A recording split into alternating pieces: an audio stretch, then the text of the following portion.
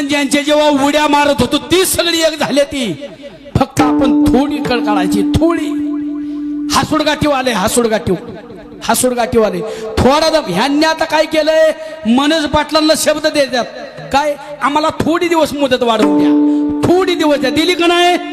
आता ह्यांनी काय म्हणल्यात, फेब्रुवारी पर्यंत वाढवून द्या. त्यांना पक्क माहिती ना फेब्रुवारी मध्ये आचारसंहिता लागू होणार आहे, तिथं कुणीच काय करू शकत नाही. उद्या ती सांगायला मोकळी झाली, आता काय करू पाटील, आचारसंहिताच लागू झाली हो, नाही तर आरक्षण देणारच होत. पळवाट काढायची ह्यांना. मला सांगायचंय, मराठ्यांची ताकद दाखवून द्या, सरकारला ताकद दाखवून द्या.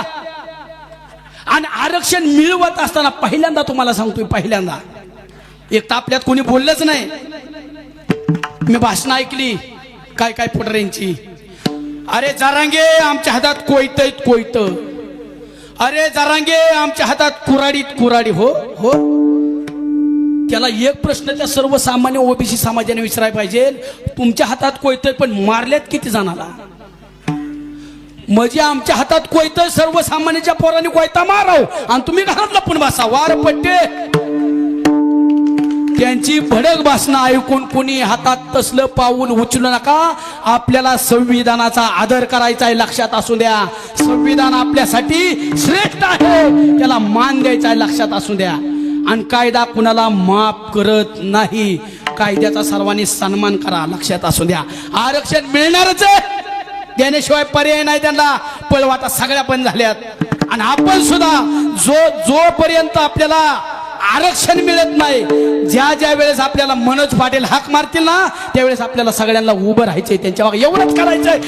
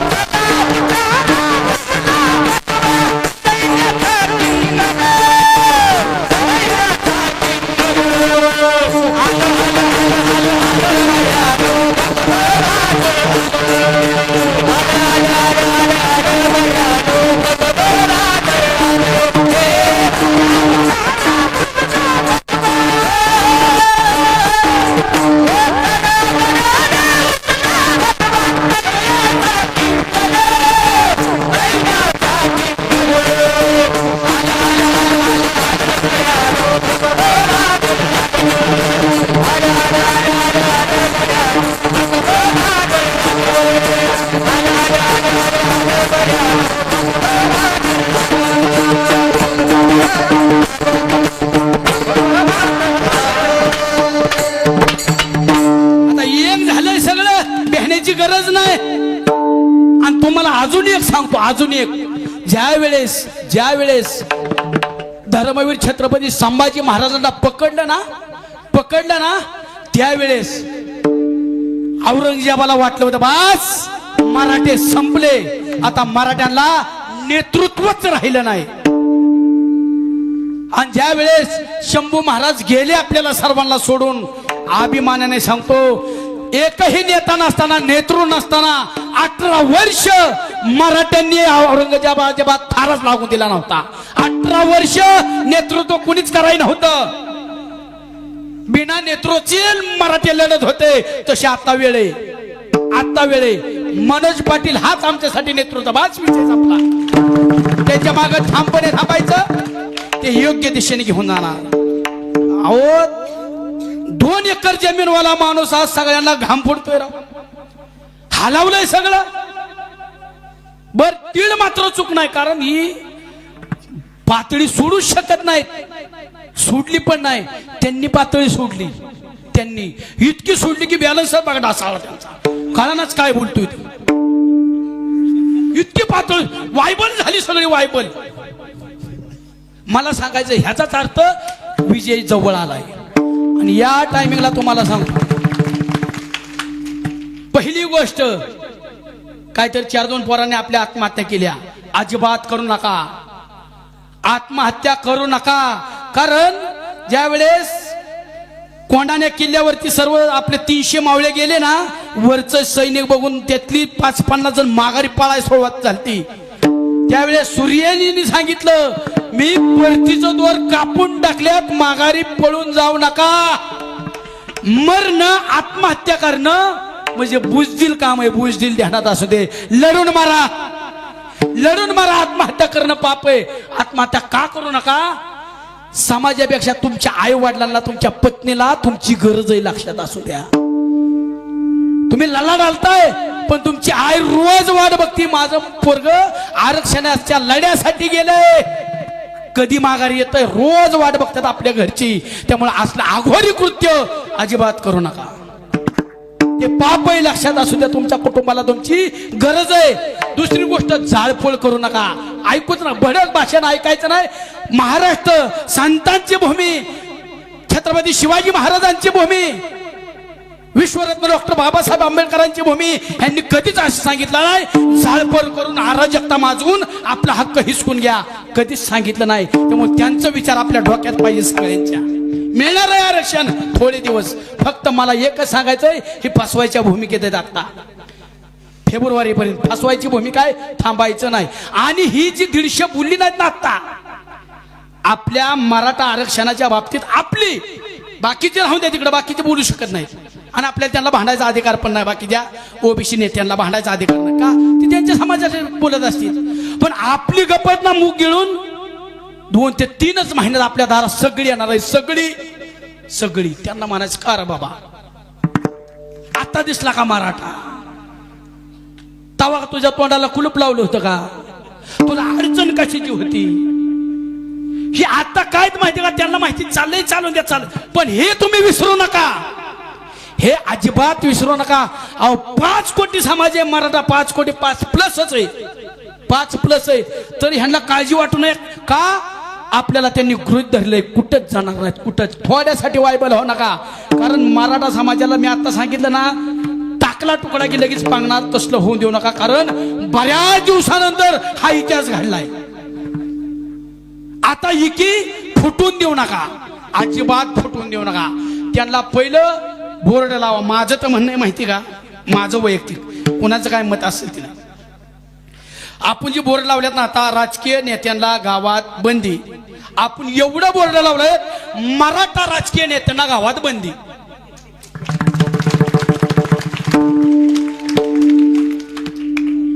मराठा राजकीय नेत्यांना गावात बंदी, बाकीच्यांनी येऊ द्या. जागेत ह्यांना धाकच नाही वर राहिला कोणाचा. काय करतोय मराठी, आमचेच आहेत. आणि आपल्या सुद्धा अवलादी असे आहेत. तुम्हाला सांगतो, आला ना पुढारी वरचा परत एक गट तयार होणार. या साहेब, या का कमी आहे की या, तसली लाचारी करू नका, लाचारी करू नका. कारण लक्षात असू दे, हा लढा आहे. तुम्हाला जर ह्या लढ्यात सहभागी व्हायचं नसेल, होऊ नका. पण कमीत कमी लढ्याला आडवं येऊ नका, नाही तर समाज तुम्हाला कधीच माफ करणार नाही. ध्यानात असू दे. ह्या धर्माचं पालन करायचं आपल्याला. ह्या धर्माचं आपण अन्याय करतोय का, आमच्यात आहे, ठीक आहे, पहिल्यापासून आहे आमच्यात. पहिल्यांदा पाटीलकी आम्हाला दिली, ठीक आहे, पाटीलकी परत आमच्यापर्यंत राहिली का. आता आरक्षण मिळत गेलं, आमची पाटीलकी गेली ना आरक्षणामुळे दुसऱ्याला. जाऊन द्या, आम्हाला संविधानाचे अधिकार दिले ते मान्य आहेत, त्यांना आरक्षण आहे, त्यांना माझ्या स्वतःच्या गावचा एक महादेव कोळी म्हणजे एसटीचा पोलीस पाटील आहे, एसटीचा, चांगला विचारा, काम पण चांगलं करतो, एसटीचा आहे. पण तिथं पहिल्यांदा पाटील मराठा होता ना, एसटी मिळला, आम्हाला आनंद आहे ना एसटीला मिळलं. चला, सगळ्यांना अधिकार मिळतोय. पण तुम्ही तीच का धरून बसलाय की हे पाटील होती पहिली. काय खालच्या पातळी एक म्हातारं बोललं, देणं ना घेणं, काय देणं ना घेणं. आता मला ह्या गादीवर बोलायचं नाही, पण काय देणं, तू हाता का तवा, आमच्यानी काय केलं तवा. बर, मी मीडियाला सुद्धा विनंती करतो, मीडिया प्रसार माध्यम म्हणजे लोकशाहीचा 4था खांब आहे. जिथं कुठं सगळे न्यायाचे दरवाजे बंद होत्यात ना, तेव्हा हे न्यायाचा दरवाजा मोठा आहे, लक्षात असू द्या. आम्हाला दुसरं कोण न्याय देणार आहे, गोरगरीब जनतेला कोण न्याय देणार आहे. ही मीडियाला विनंती करतो, चांगल्या लोकांच्या बाईट घ्यावं. ज्याला आकलीचा तपास नाही तो काय ते खालच्या पातळी जाऊन बोललं म्हातारं, आणि त्याला सुद्धा कमी द्यायला लागलं. हो हो, पाटलांनी बाया नाचावल्या, अरे हो, बर त्यांनी पूर्वीच्या नाचावल्या, आमचं काय चुकलंय ह्याच्यात, आमचा काय दोष आहे का. आज मला तुम्हाला प्रामाणिकपणे सांगतो, आपल्या स्वराज्याचे पहिले सरसेनापती वीरबाजी पासलकर, दुसरे नेताजी पालकर आणि तिसरे प्रतापराव गुजर, कुडतोची गुजर. सरसेनापती भोसरे त्यांचं गाव आहे, आमच्या गावाजवळ आहे, सातारा जवळ भोसरे गाव आहे. सरसेनापती आज ते गाव अजून तसंच आहे. पण ते गुजर लोक का, तिथले गुजर लोक मजुरी करण्याशिवाय पर्याय नाही हो. आहे ना, आम्हाला तुम्ही समजताय ना, काय लोक पाटील आहेत, काय लोक लय उच्च आहेत, कोणाचे शिक्षण संस्था आहेत, कोणाचे कारखाने आहेत. ह्यामुळे हे बाकीच्याला वाटतं मराठा समाज लयच मोठा आहे. अरे काय काय ठिकाणी मराठा समाज आमचे चूल पेटत नाही. ती मोठीच म्हणून बाकीची गरीब आहेत ना, त्यांना गरज आहे ना आरक्षणाची. आणि आपली सुद्धा इतकी विचित्र इतकी.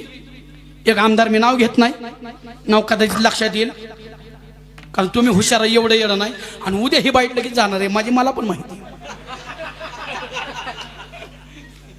एक म्हणला रे पाटलाची अवलाद आहे, पाटलाची अशी 50 खुकी अशी पत्र 2.25 एकर जमीन अशी पत्रावर फेकले फिसली. मी काय देणं घेणं होतं. तुम्ही 2.25 एकर जमीन अशी पत्रावर फिसली, पण आम्हाला भोगायचं येत आहे ना गरिबांना. तुम्ही गरिबांना किती मदत केली मला सांगायचंय. आमच्या मराठा समाजामध्ये जो श्रीमंत आहे तो अतिश्रीमंत आहे, आणि जो गरीब आहे त्याची चूल सुद्धा पेटत नाही. ह्या चूल न पेटणाऱ्या लोकांना आरक्षणाची गरज आहे हो.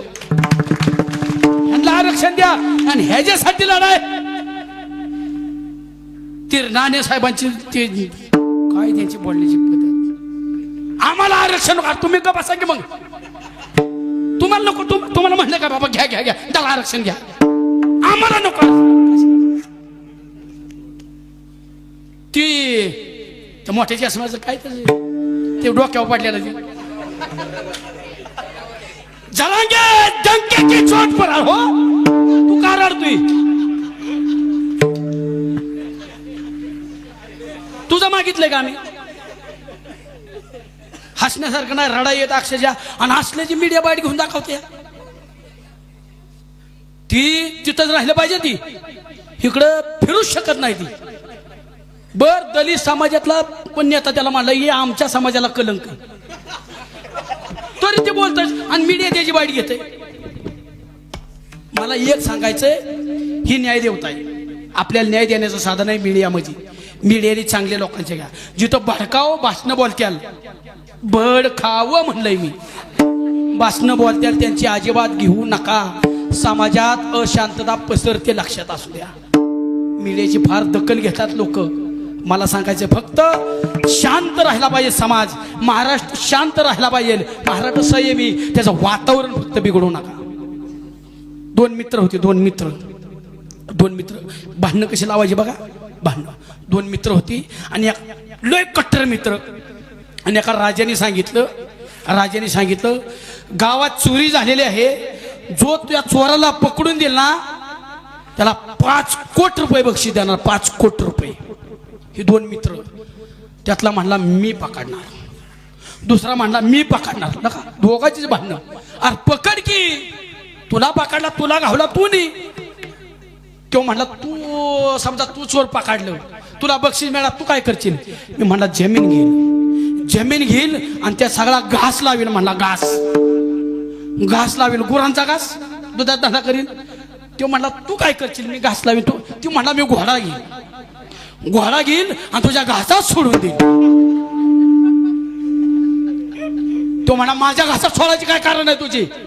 तो म्हणला सोडून देणार. तुझा घासात घोडाची होती म्हणला त्याचा पाय तोडणार. तू म्हणा माझ्या घोड्याचा पाय तू तोडणार. जी तुंबळ मारामारी दोघांची तिथंच झाली, तिथंच हाणाहाणी दोघांची. ही भांडणं राजाकडे गेली.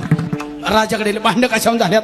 ह्यो हरामी माझ्या घासात घोडा सोडतोय, ह्यो म्हणला माझ्या घोड्याचा पाय तोडतोय. ती म्हणले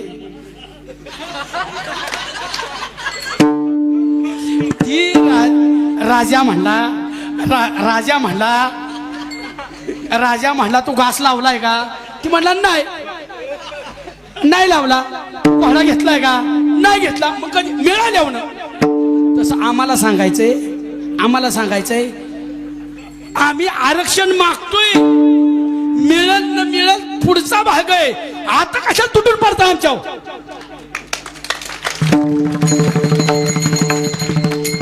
संविधान आहे ना त्याला, न्याय आहे ना त्याला, कोर्ट आहे ना त्याला. आम्हाला आरक्षण दिन मिळेल न मिळेल ते पुढचा भाग आहे. आता तुम्ही आमच्यावर तुटून पडलाय म्हणजे ही भांडणं लावायचं का? ही भांडणं लावायची, असली भांडणं करायची नाही. माझ्या गावात सर्व जाती धर्माचे, माझ्या गावात सुद्धा आज 18वा दिवस आहे उपोषणाचा. 18वा दिवस आहे आज. म्हणजे पहिले एकदा झाला टप्पा, मंजूर पाटलांचा परत दौरा चालू झाला, परत दुसरा टप्पा झाला. 18वा दिवस आहे आज उपोषणाचा, साखळी उपोषण. प्रत्येक जाती धर्मातली लोक त्या स्टेजवर येऊन बसते, ती व्यवस्थित गुन्ह्या गोविंदाने सगळे गप्पा मारतात. हाय वाद लावतोय कोण? लावतोय एक भरणी, एक भरणी त्याच्यात लाल मुंग्या आहेत, त्या काळ्या मुंग्या आहेत. भरणी स्थिर आहे, शांत आहे, दोन्ही मुंग्या शांत बसल्या, द्या काही नाही. पण एक जण कोणतं राहिला, त्यांनी ती भरणी हलावल्यावर जी लाल मुंग्या काळ्या मुंग्यांची तुटून पडल्या, तसं आपण सगळं शांत आहे. हलवाय कोण आलाय त्याला शोधून काढा आणि त्याला म्हणावतून एक वर. मराठा ओबीसी सर्वजण आम्ही एक आहोत. तू जी हलवायला ना भरणी, तू तुझा निघ. मला सांगायचं काय, ही अधर्मी लोक आहेत, ह्यांना घेणं देणं नाही. जर ह्यांना कळवळा असता ओबीसी समाजाचा, तर आज ओबीसी समाज आमचा मेंढराकडे जाणार असेल किंवा शेती कसणार असेल, काय उद्योगधंदा करणार, ती उन्हात कामं करते ती, आणि तुम्ही एसटीच्या गाडीतनं फिरताय. तुम्हाला कळवळा येतो तर तुमच्यातले कमी कारण इष्टात तुमची 5-7 कोटीतच कशी आहे. मला ही सांगायचंय, आपण सर्व एक जण आहोत, एक आहोत. प्रत्येक समाजाने आपापल्या हक्काचं आरक्षण मागितलं पाहिजे, पण त्याच्यासाठी एकमेकावर तुटून नाही पडलं पाहिजे. हा धर्म सांगतो आणि या धर्माचं रक्षण करायचंय आपल्याला. पाखंडींचं खंडन करायचंय.